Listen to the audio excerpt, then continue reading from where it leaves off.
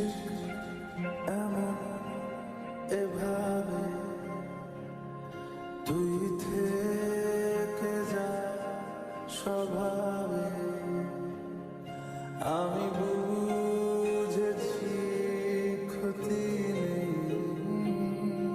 আর তুই ছাড়া গতি নেই ছুঁয়ে দে এমন ফুটে যাবে ফুল ভিজে যাবে গা কথা দেওয়া থাক গেলে যাবি চোখের বাইরে না ছুঁয়ে দে এমন ফুটে যাবে ফুল ভিজে যাবে গা কথা দেওয়া থাক গেলে যাবি চোখের বাইরে না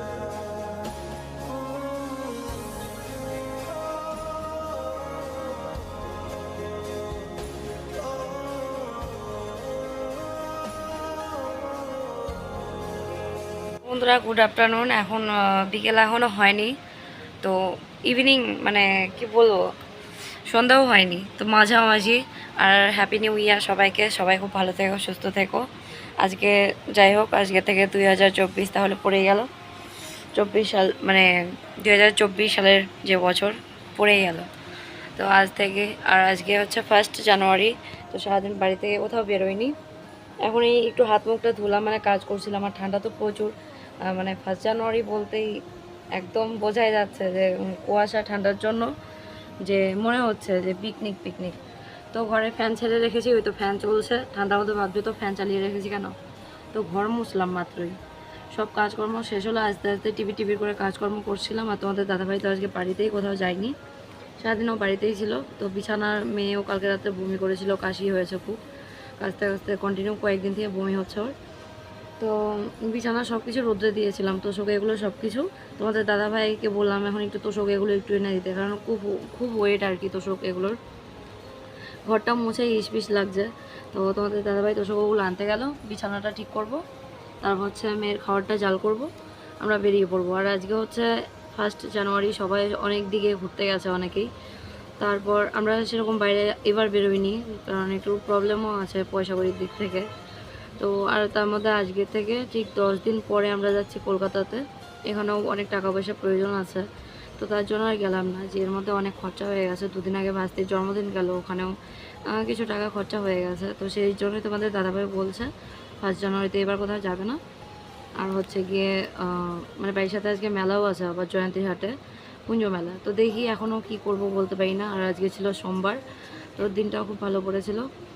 আর ও আর ভালো কথা, এক সাবস্ক্রাইবারের বাড়ি আমাদের ইনভাইট হয়েছে, মানে বাড়িতে ওই ভোগের নেমন্ত্রণ দিয়ে গেছে কালকে রাতে।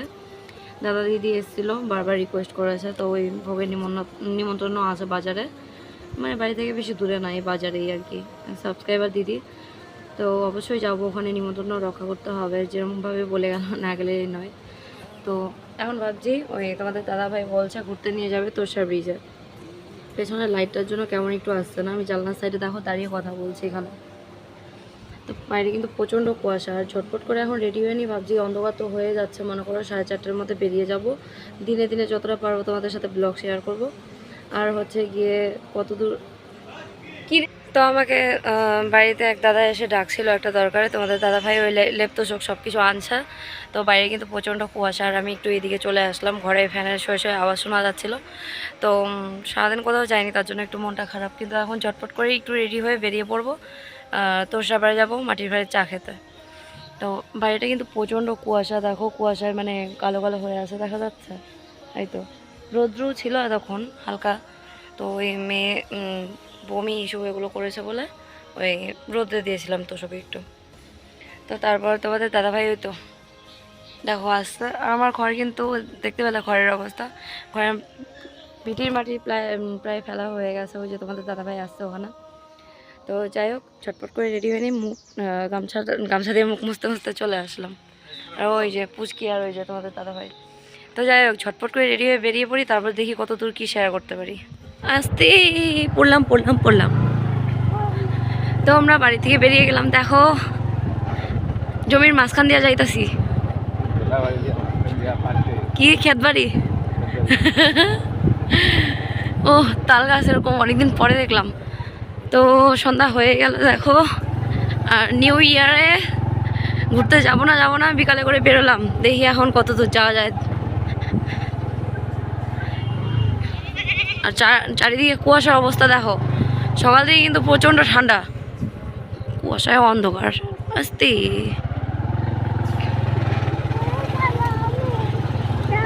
অনু ধর ধর,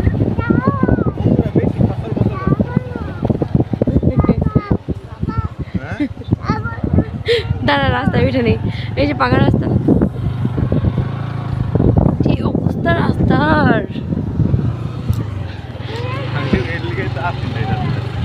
হ্যাঁ আস্তে নামি নাকি, গাড়ি গাড়ি ভয় পেয়ে গেছি। ওই যে লাল গাড়ি একটা। ও পিকনিক পিকনিক। তো এখন যাচ্ছি পেট্রোল পাম্পে তেল ঢুকাতে গাড়ির।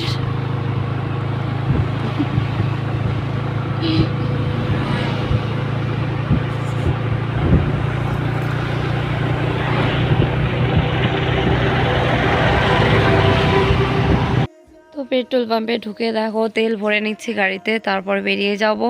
আর প্রত্যেকবারই জানো তো আমরা পিকনিকে যেতাম কিন্তু বাইরে, তো পিকনিকে প্রত্যেকবারই যাওয়া হতো, আজকে কন্টিনিউ 4-5 বছর থেকে যাওয়া হচ্ছে না আমাদের। তো যাব আবারও ভাবছি, একটু মানে বাচ্চা কাচ্চাও বড় হবে, তারপরে আনন্দ ফুর্তি করা তো প্রচুর প্রচুর সময় আছে তাই না।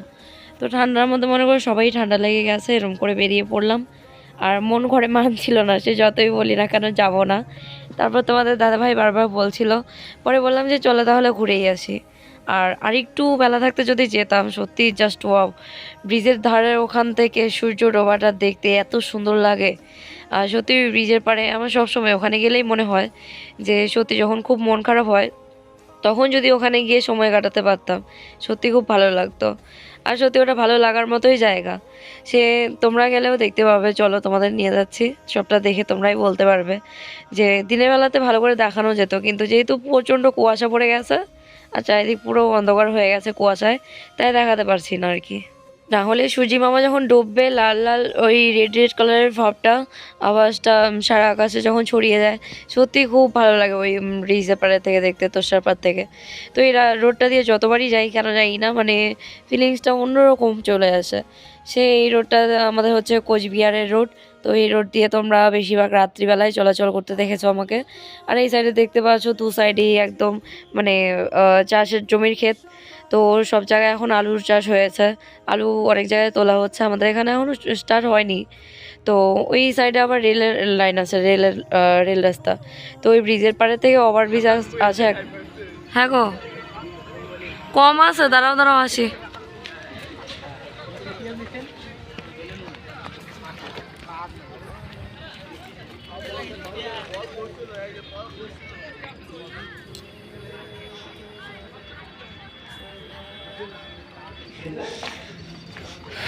এদিকে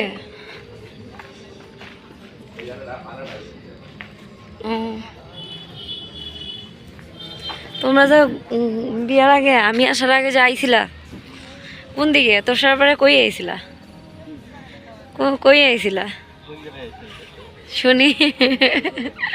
হ্যাঁ ও তাই, আচ্ছা।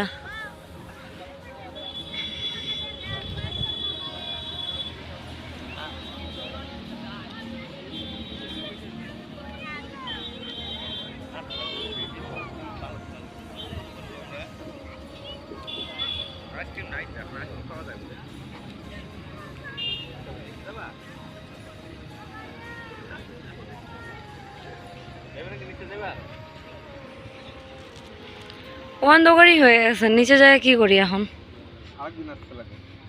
বাদ দাও, ধরো একটু।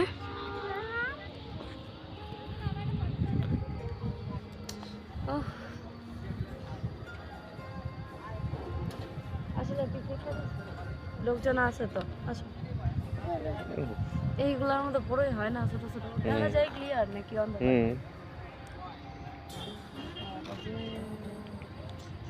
টিচার থাকলে ভালো হইতো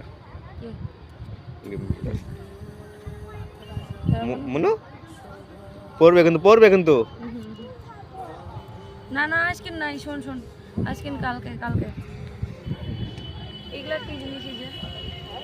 ওগুলা আরে নদীটাতে চলছি। চলছ তাহলে হয়েছে তুমি যাও, সেই দুটো নিচে নামো, নাই মেরে আমি দিকে তোলাম। তাই নাকি? কি তারপর শুনতে পারছিলে তো? তো তোমাদের দাদাভাইকে এটাই বলছিলাম, তোমাদের দাদাভাই আমাকে একটা কথা বলেছিল যে আমার বিয়ের আগে নাকি এক গার্লফ্রেন্ড নিয়ে এই ব্রিজের পাড়ে ঘুরতে এসেছিল। তো তোমাদের দাদাভাইকে আমি সেটাই দেখাচ্ছিলাম যে তুমি কি এখানে এসেছিলে। ভাই কুল আনতে গেল আর মানে অন্ধকারের মধ্যে, তো এই ছোটো ছোটো কুলগুলো খেতে বেশ ভালোই লাগে। এই সাইডের সময় হ্যাঁ এখানে, আর পুরো কুয়াশায় পুরো ঢেকে গেছে, একদম পুরো ঠান্ডা হাওয়া আসতে, দেখতেই পাচ্ছ যে চারিদিকে কুয়াশার পরিস্থিতিটা দেখাচ্ছি আর কি তোমাদের। ওই দাঁড়াও, এই জায়গায় দাঁড়াও।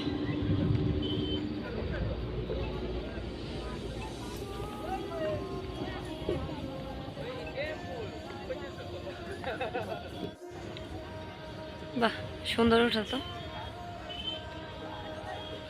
সামনে ক্যামেরা থেকে মানে পিছনে ক্যামেরা আরো পরিষ্কার আছে। হ্যাঁ ধরো তো, ওই যে দৌড় মারে, আয় আয় এদিকে এদিকে। তো চারিদিকে অন্ধকার আর পুরা হাওয়া দিচ্ছে, চলে যাব। হাওয়াটার জন্য আরো খুব ঠান্ডা লাগছে। আর একটু আগে যদি আসা যেত না, সূর্য যখন ডুবি ডুবি ভাব, তো ভালো লাগতো তখন আসলে, তখন এই রিভিউটা আরো ভালো ছিল দেখতে। ওই এই রাস্তাটার ওই সাইডে হচ্ছে ওভারব্রিজ। তো আরেকদিন কোনো এক সময় দিনের বেলাতে আসবো, তখন শেয়ার করব।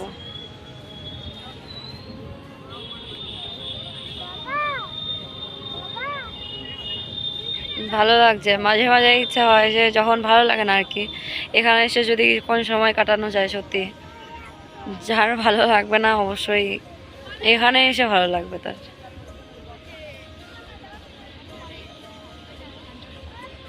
আর এই হলো আমাদের তোরসা নদীর ওখানের বিখ্যাত মাটির ভাঁড়ের চায়ের দোকান এটা। তো একটাই দোকান ছিল এখানে, এই দোকানেই চা হয় মাটির ভাঁড়ে, খুব স্পেশাল। আর কুকুরটা ঘোরাফেরা করছিল, তোমাদের দাদাভাইকে বললাম দুটো বিস্কুট দিই, তোমাদের দাদাভাই কি বলে শুনে নাও। আমি চাটা ওই জায়গায় দেখাই দিয়ে গেছিলাম, ওই সাইডে রাখো না, ওই সাইডে রাখো, ঠান্ডা হোক একটু। ইস কি অবস্থা, কোথায় একটা বিস্কুট দিয়ে আসি। হ্যাঁ 5 টাকার। হ্যাঁ ওই দেখো কোথায় চায় রয়েছে কেমন। তো সেটা তোমাদের দাদাভাই কিন্তু এমনি বলছিল, কেউ কিছু মনে করো না, কারণ সত্যি এরকমটা না। এর আগেও বিশ্বাস করবে বললে পরে তোমরা বিশ্বাস করবে না জানি, কারণ সব কিছু ক্যামেরাবন্দি করা যায় না। তো আমার নিজেরই ভালো লাগছিল না, আর তোমাদের দাদাভাইও কোনো সময় না করে না, সেটা যে না করেছিল মন থেকেও না করেনি। তো বিস্কুট একটা 10 টাকার বিস্কুটের প্যাকেট নিলাম, নিয়ে এই পোস্টারের পেছনে কুকুরটাকে দিয়ে আসলাম। ও খেলো, খেয়ে নিয়ে দেখো এদিকে আবার খুঁজছিল আমাকে। তো যাই হোক, তারপর দেখো সোজা চলে এসেছি শোরুমের এখানে কথা বলতে বলতে, মানে কুকুরটা কিন্তু বিস্কুট খাওয়ার জন্য ওখানে ঘুরছিল। তো এর পেছনে দৌড়াচ্ছে, ওর পেছনে পরে শেষমেশ আমি কুকুরটা দিলাম, খেলো।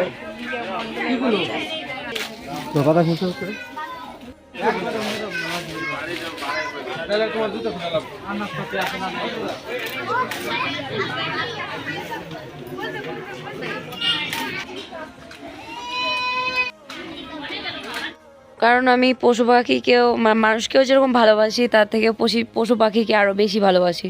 একটা মানুষের থেকে পশু পাখি জানো আরও বেশি শিকারী, কারণ ওরা মানে মানুষের থেকে ওদের খুব বিশ্বাস করা যায় আমি জানি। তো যাই হোক, ওই দিদির বাড়িতে চলে এসেছি, যেই দিদির বাড়িতে ইনভাইট হয়েছিল ভোগের। শোনা ও আস্তে করো রাগ করবে কিন্তু, কামড় দিবে। আর ওই দিদির বাড়িতে প্রচুর লোক ছিল বলে আমারই লজ্জা পাচ্ছিল সামনে এসে কথা বলতে, কারণ ওখানে অনেক লোকজন ছিল, কেন জানি না আমাকেও আশেপাশে দেখছিল অনেকেই অনেকভাবে। তো আমার নিজেরই কেমন যেন ওই অন্যরকম ফিল হচ্ছিলো, খুব লজ্জা পাচ্ছিলাম। তার জন্য আমি আর কারোর সামনে ক্যামেরা করতে পারিনি। তো শেষমেশ খাওয়া দাওয়া করে সোজা এখন বাড়িতে চলে এসেছি। রাত্রি বেজে গেছে এখন 10টা, তো এখন ঘুমিয়ে পড়বো। Good night, tata.